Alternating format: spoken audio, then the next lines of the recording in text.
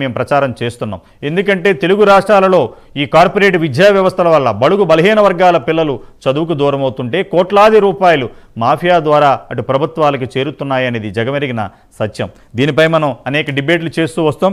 కానీ ఈ రోజున ఒక స్పెషల్ డిబేట్ మీ ముందుకు తీసుకురాబోతున్నాం. ఈరోజు నిజంగా అన్నం పరబ్రహ్మ స్వరూపం అన్నారు. ఆ అన్నంలో కూడా కల్తీ అయితే ఇంకా మన వ్యవస్థలు ఎందుకు, మన రాజ్యాంగాలు ఎందుకు, మన చట్టాలు ఎందుకు?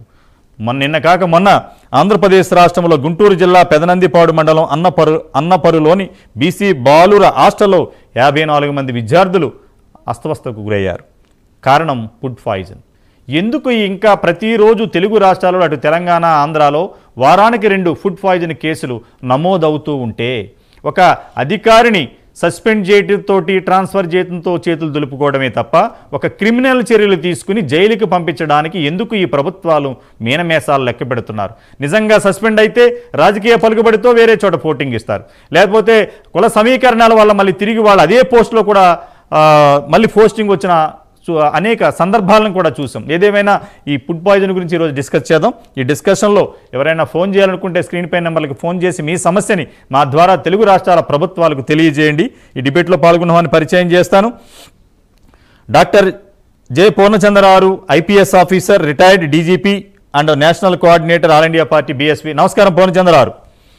నమస్కారం అండి. మరి సత్యనారాయణ గారు, ఒకసారి నేను మాట్లాడి ఇంకో కార్యక్రమానికి వెళ్తాను. అలాగే సార్, అలాగే sir. Okay sir, okay sir. Dondra Kumaraswamy garu, జాతీయ బీసీ దళ అధ్యక్షులు, ప్రముఖ న్యాయవాది, సోషల్ సైన్స్. నమస్కారం కుమారస్వామి గారు. నమస్తే. నమస్తే. అలాగే టి చిరంజీవులు గారు, IAS officer, retired, chairman BC intellectual forum.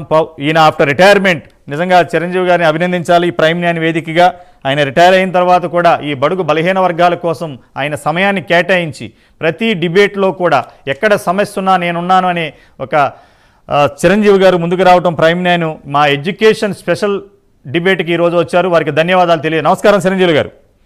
నమస్కారం. పూర్ణచంద్రరావు చెప్పండి, గుంటూరు జిల్లా పెదనందిపాడులో నిజంగా ఒక 2 రోజుల క్రితం 52 మంది విద్యార్థులు అస్తవ్యస్తకు గురయ్యారు. ఏదో కమిటీ వేస్తారు, చూస్తారు, వెళతారు, వస్తారు. ఇది ఒక తూతు మంత్రంగా ప్రతినిత్యం నిత్యకృత్యం అయిపోయింది తెలుగు రాష్ట్రాలలో. అంటే అన్నం పరబ్రహ్మ స్వరూపం అన్నారు. ఆ అన్నంలో కూడా కల్తీ కాకుండా చూడలేని వ్యవస్థల్లో మనం బతుకుతున్నామా ఈ ప్రజాస్వామ్య దేశంలో? ఎందుకండి ఈ వ్యవస్థలు ఎందుకు? భారత రాజ్యాంగం ఎందుకు? డాక్టర్ బాబాసాహెబ్ అంబేద్కర్ రచించిన రాజ్యాంగానికి విలువ లేకుండా ఇదే రాజకీయ నాయకులు, ఇదే పాలకులు తూట్లు పొడుస్తుంటే ఎందుకు ఇంకా వీళ్ళని ఉపేక్షించాలి? దీనికి పరిష్కారం ఏంటి? సమయం లేదు, ఒక 2 నిమిషాల్లో చెప్పండి. ఇప్పుడు గొర్రె కషాయం నమ్ముతుందండి. బీసీలు ఈ కషాయాలైనటువంటి పాలక కులాలను నమ్ముతున్నారు. పాలక కులాల పార్టీలు ఏవైతే ఉన్నాయో ఆ పార్టీలన్నీ కూడా బీసీలు అంటే అలుసు. బీసీ సమస్యల మీద వాళ్ళకి ఏ రకమైనటువంటి భయం, భక్తి లేదన్నమాట. దీనికి ఈ రోజున ఆంధ్రప్రదేశ్లో ఇలాంటి ఫుడ్ పాయిజనింగ్ ఇన్సిడెంట్స్ ఒకటి కాదు, ఇప్పుడు కాదు, జరిగింది. గత జగన్మోహన్ రెడ్డి హయాంలో కూడా జరిగినాయి.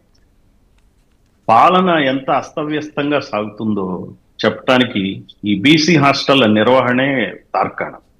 అసలు ఈ ప్రభుత్వాలు ఏం పనులు చేస్తున్నాయో కూడా అర్థం కావట్లేదు. అసలు ఎందుకోసం ఈ ప్రభుత్వాలు? అమరావతి కట్టాలా, 3 రాజధానులు కట్టాలా, పోలవరం ఏమీ కట్టరు. పోలవరం కూడా కాదు, అది చేయలేరు. ఇన్వెస్ట్మెంట్లు అంటారు, తెచ్చామంటారు, మేమేదో చేస్తున్నామంటారు. అది వాస్తవంగా క్షేత్రస్థాయిలో జరగదు. మరి ప్రైవేట్ మెడికల్ కాలేజెస్ అంటారు, గవర్నమెంట్ కాలేజెస్ ప్రైవేటైజ్ చేస్తారు. అసలు వీళ్ళు ఏం పని చేస్తారండి ఈ ప్రభుత్వ అధికారులు? ఇప్పుడు బీసీ వెల్ఫేర్ కమిషనర్ కానీ, ఆ సెక్రటరీ కానీ సెక్రటేరియట్లో కూర్చుని ఆ మంత్రులు చెప్పిన ఏవైతే ఉంటాయో నోట్లు పంపిస్తారో దానికి సంబంధించిన జీవోలు ఇవ్వటం తప్పిస్తే ఈ అధికార యంత్రాంగం ఏం చేస్తారు చెప్పండి? ఏమైనా సర్ప్రైజ్ విజిట్లు చేశారా? చూడండి, గత 10-11 సంవత్సరాలుగా బీసీ హాస్టల్స్ ని సర్ప్రైజ్ ఇన్స్పెక్షన్స్ చేయొచ్చు కదా. ఇప్పుడు పోలీస్ డిపార్ట్మెంట్లో మేము చూసేవాళ్ళం, సర్ప్రైజ్ ఇన్స్పెక్షన్స్ మ్యాండేటరీ. ఒక ఎస్పీ 2 పోలీస్ స్టేషన్లు సర్ప్రైజ్ చేయాలి. సర్ప్రైజ్ చేసినప్పుడు అక్కడ సబ్ ఇన్స్పెక్టర్ కూడా తెలియదు, వెళ్ళి కూర్చునే వరకు తెలియకూడదు. అలా ఒక అడ్మినిస్ట్రేషన్లో హంగామా లేకుండా, హడావిడి లేకుండా అధికారులు సర్ప్రైజ్ చేస్తే అసలు విషయాలు తెలుస్తాయి. అసలు ఏమవుతుంది ఏంటని విజిట్ చేయనప్పుడు కింద అధికారులు ఎందుకు ఉంటారండి? ఇప్పుడు వాద్యాలు ఉండరు అక్కడ. వెళ్ళేటప్పుడు మీరు ఒక ఇన్సిడెంట్ జరిగిందంటే, మొన్న ఎవరో ఒక మంత్రి అనిత గారు అనుకుంటా, ఆవిడ విజిట్ చేసింది ఒక హాస్టల్లో. చూస్తే వార్డెన్ లేడు, డ్యూటీ టైంలో వార్డెన్ లేడు. ఆమె నియోజకవర్గంలోనే జరుగుతా ఉంది. ఐ థింక్ ఆయన్ని సస్పెండ్ చేసినట్టున్నారు. అసలు పాలనా యంత్రాంగం టోటల్ గా భ్రష్టు పట్టిందండి. ఒక ఎమ్మెల్యే వైపే పాలనగా అది ఆదేశాల కోసం చూస్తున్నారు, ఒక మంత్రి వైపు ఆదేశాల కోసం. ఒక జిల్లా మంత్రి ఉన్నాడంటే ఆ జిల్లా కలెక్టర్ ప్రాణాలు తీసేస్తారు. అసలు అతను ప్రోగ్రామ్స్ అటెండ్ అవటమే ఆ జిల్లా కలెక్టర్ ఒక పెద్ద పనిలాగా ఉంటుంది. కరెక్ట్. కలెక్టర్ లేదే మంత్రికి ఎలా ఉంటుందంటే తను మంత్రిగానే అనుకుంటాడు.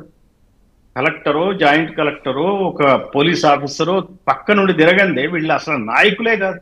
వీళ్ళే నాయకులండి. ఈ రోజున చాలా చిన్న విషయాలు ఇవన్నీ. బీసీ హాస్టల్ మెయింటెనెన్స్ ఏంటండి? ఒక మంచిగా జాగ్రత్తగా అన్నం వండి పిల్లలకు పెట్టడం, అందులో ఏమన్నా గొప్పది ఉందా? ఇంట్లో అందరూ వండుకుని తినట్లా? ఏం కష్టం ఇందులో? ఏమైనా బ్రహ్మ విద్య ఉందా? అసలు నిర్లక్ష్యం అండి, ప్రభుత్వానికి నిర్లక్ష్యం. మరి వాళ్ళకి పాలక కులాలకి బీసీ కులాలంటే అలుసు. అసలు బీసీ హాస్టల్లో ఇలాంటి ఇన్సిడెంట్ జరిగినప్పుడు ఆ కమిషనర్ని బదిలీ చేయాలా, సెక్రటరీని బదిలీ చేయాలా, ఈవెన్ ఆ మంత్రి రిజైన్ చేయాలా? ఆ చేసే అంతవరకు బీసీలు ప్రెషర్ ఇవ్వాల్సి వస్తుంది. బీసీ సమాజం గమనించండి, ఈ ప్రభుత్వాలు మనవి కావు, మన కోసం పనిచేసే ప్రభుత్వాలు కాదు. వాళ్ళ కులాల బాగోగుల కోసం, వాళ్ళ వ్యాపారాల కోసం మళ్ళీ డబ్బులు సంపాదించి. ఇప్పుడు ఈ కాంట్రాక్టర్స్ ఉంటారండి, వాళ్ళు ప్రైవేట్ కాంట్రాక్టర్ సప్లై చేస్తారు. మళ్ళీ వాళ్ళ బిల్లులు క్లియర్ చేయాలంటే ఫైనాన్స్ చెప్పనివ్వండి. పాయింట్ అసలు మీరు మూలాలకు వెళ్లకుండా పైన డిస్కస్ చేసేది ఏం లేదు. మూలం ఏంటంటే అసలు ఆ ఫైనాన్స్ డిపార్ట్మెంట్ లో ఆ బిల్లు క్లియర్ చేయాలంటే ఈ రోజున ఫైనాన్స్ డిపార్ట్మెంట్ లో ఫైనాన్స్ సెక్రటరీ, ఫైనాన్స్ మంత్రులకు కూడా పర్సెంటేజ్లు ఇచ్చే కర్మ పట్టింది ఈ తెలుగు రాష్ట్రం. Right sir. ఎంత దారుణంగా ఉందంటే ఫైనాన్స్ మినిస్టర్లు పర్సెంటేజెస్ వసూలు చేస్తున్నారు ఈ బిల్లులో. ఇదేం కర్మ అండి ఇది? అసలు ఇదేం పాలన? ప్రతి దానికి ప్రతి బిల్లు ఉంటే పర్సెంటేజ్, ఏదైనా కావాలంటే పర్సెంటేజ్ ప్రభుత్వాలు. వీళ్ళు డబ్బులు వెదజల్లి గెలిచి మళ్ళీ డబ్బులు సంపాదించుకుని చాలా అన్యాయంగా క్రూరమైన పాలన సాగుతోంది.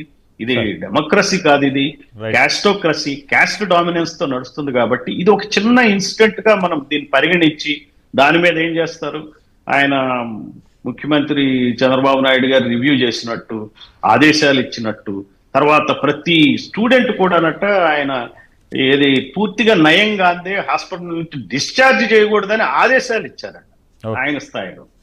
తర్వాత పరిగెడతాడు కలెక్టరు, కమిషనరు, అక్కడికి వెళ్ళి పరిగెడతారు, దాని గురించి ఏదో మాట్లాడతారు. ఒక ఆయనేమో హాస్పిటల్ విజిట్ చేస్తే అయిపోయింది అనుకుంటాడు.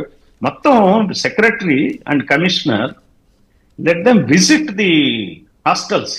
ఇది చాలా సీరియస్ మ్యాటర్. ఇంకొక ఇన్సిడెంట్ జరిగితే, ఈ రోజున ఇంకొక ఇన్సిడెంట్ జరిగితే ఈ సెక్రటరీని కమిషనర్ని ఇద్దరిని మీరు చర్యలు తీసుకోవాలి, డిసిప్లినరీ యాక్షన్, ట్రాన్స్ఫర్ కాదు. చాలా మందికి అధికారులకు ప్రాబ్లం ఏంటంటే ఐఏఎస్ ఆఫీసర్స్ కూడా ఇవి నాన్ ఫోకల్ పోస్ట్ కింద గమనిస్తారు. ఏది secretary BC welfare, commissioner BC అనేది ఏంటంటే వాళ్ళని నాన్ ఫోకల్ పోస్ట్ కింద పరిగణించి వెళ్ళటానికి ఇష్టపడని వాళ్ళు కూడా ఏంటి కులవివక్షకు గురైన అధికారులే ఉంటారు. ఇక్కడ మనం అనలైజ్ చేసుకుంటే వాళ్ళకి ఏంటంటే దిక్కు దివాణం ఉండదు ఈ అధికార వ్యవస్థలో. సీఎంఓలో కానీ చీఫ్ మినిస్టర్ దగ్గర కానీ ఒక పలుకుబడి ఉండదు. కాబట్టి అట్లాంటి అధికారులు ఇస్తే వీళ్ళేంటి ఆల్రెడీ కుల వివక్షకు గురై ఉంటారు, ఆల్రెడీ డిమారలైజ్ అయ్యి ఉంటారు. మాకు మంచి పోస్టింగ్ లేవలా, వేరే అధికారికి కులపరంగా గొప్పోడు కాబట్టి అతనికి ఇచ్చారు. పాత గవర్నమెంట్ లో కూడా పోస్ట్ సంపాదించుకున్నాడు, ఈ గవర్నమెంట్ లో కూడా పోస్ట్ సంపాదించుకున్నాడు. వీళ్ళ కులాల బలం ఉంటే ఏదైనా చేయొచ్చు, మమ్మల్ని మాత్రం పక్కన పడేస్తారని నిర్వీర్యంగా పనిచేస్తారు. కాబట్టి నా సలహా ఏంటంటే ఇటువంటి అధికారులు ఏ కారణం చేత పోస్టింగ్ వచ్చినా కానీ ఖచ్చితంగా ఆ శాఖకి న్యాయం చేయటం అనేది విధిగా భావించాలి.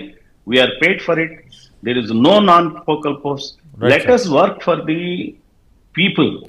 ఈ బీసీ, ఎస్సీ, ఎస్టీ, మైనారిటీ వర్గాల కోసం పని చేయకుండా, పేద వర్గాల కోసం పని చేయకుండా మరి అలా ఉండటం అనేది కరెక్ట్ కాదు. ఆ దృష్టితో ఈ సమస్యని పరిగణించాలని కోరుతున్నా. మరి ఇది మంచి టాపిక్ మీరు తీసుకున్నారు చర్చకి. Thank you very much. వేరే ఇతర కారణాల చేత నుంచి సెలవు తీసుకుంటున్నా.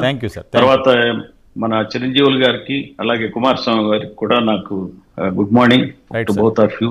Nice to see you. Thank you. Right sir, thank you. Chiranjeevi గారు చెప్పండి, ఇప్పుడే మన పూర్ణచంద్ర గారు చెప్పారు, మీరు ఒక ఐఏఎస్